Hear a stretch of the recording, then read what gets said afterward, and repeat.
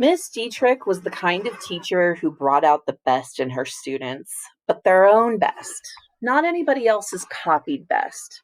For anybody else's best, great though it might be, even Michelangelo's, wasn't enough to please Miss Dietrich, dealing with the creative impulses of young men and women living in an American city in the Middle West and being American.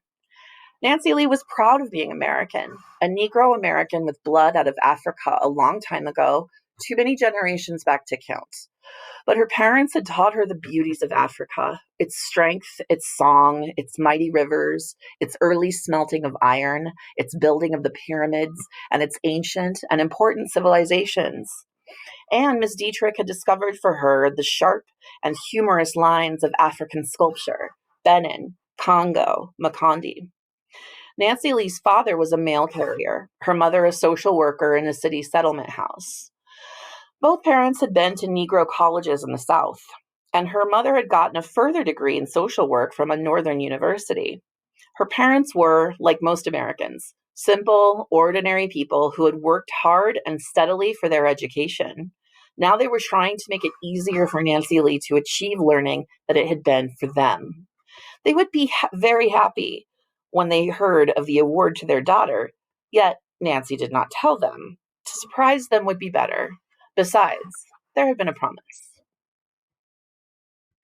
Casually, one day, Miss Dietrich asked Nancy Lee what color frame she thought would be best on her picture. That had been the first inkling. Blue, Nancy Lee said. Although the picture had been entered in the Artist Club contest a month ago, Nancy Lee did not hesitate in her choice of color for the possible frame, since she could still see her picture clearly in her mind's eye.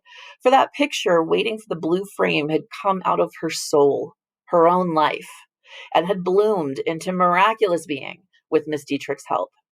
It was, she knew, the best watercolor she had painted in her 4 years as a high school art student, and she was glad she had made something Miss Dietrich liked well enough to permit her to enter in the contest before she graduated. It was not a modernistic picture in the sense you had to look at it a long time to understand what it meant. It was just a simple scene in the city park on a spring day with the trees still leaflessly lacy against the sky, the new grass fresh and green, a flag on a tall pole in the center, children playing, and an old Negro woman sitting on a bench with her head turned. A lot for one picture, to be sure, but it was not there in the heavy and final detail like a calendar. Its charm was that everything was so light and airy, happy like spring, with a lot of blue paper, a lot of blue sky, paper white clouds, and air showing through. You could tell the old Negro woman was looking at the flag, and that the flag was proud in the spring breeze, and that the breeze helped to make the children's dresses billow as they played. Miss Dietrich had taught Nancy Lee how to paint spring, people, and a breeze on what was only a plain white piece of paper from the supply closet. But Miss Dietrich had not said, make it like any other spring, people, breeze ever seen before. She let it remain Nancy Lee's own. That is how the old Negro woman happened to be there looking at the flag. For in her mind, the flag, the spring, and the woman formed a kind of triangle, holding a dream Nancy Lee wanted to express. White stars on a blue field, spring, children, ever-growing life, and an old woman.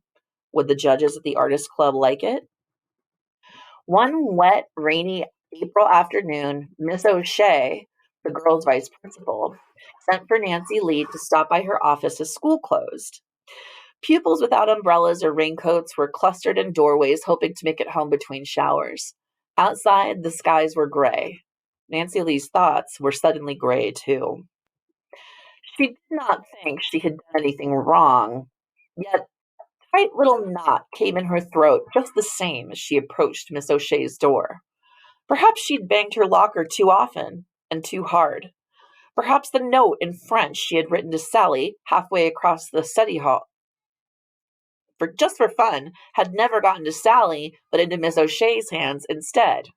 Or maybe she was failing in some subject and wouldn't be allowed to graduate. Chemistry! A pang went through the pit of her stomach.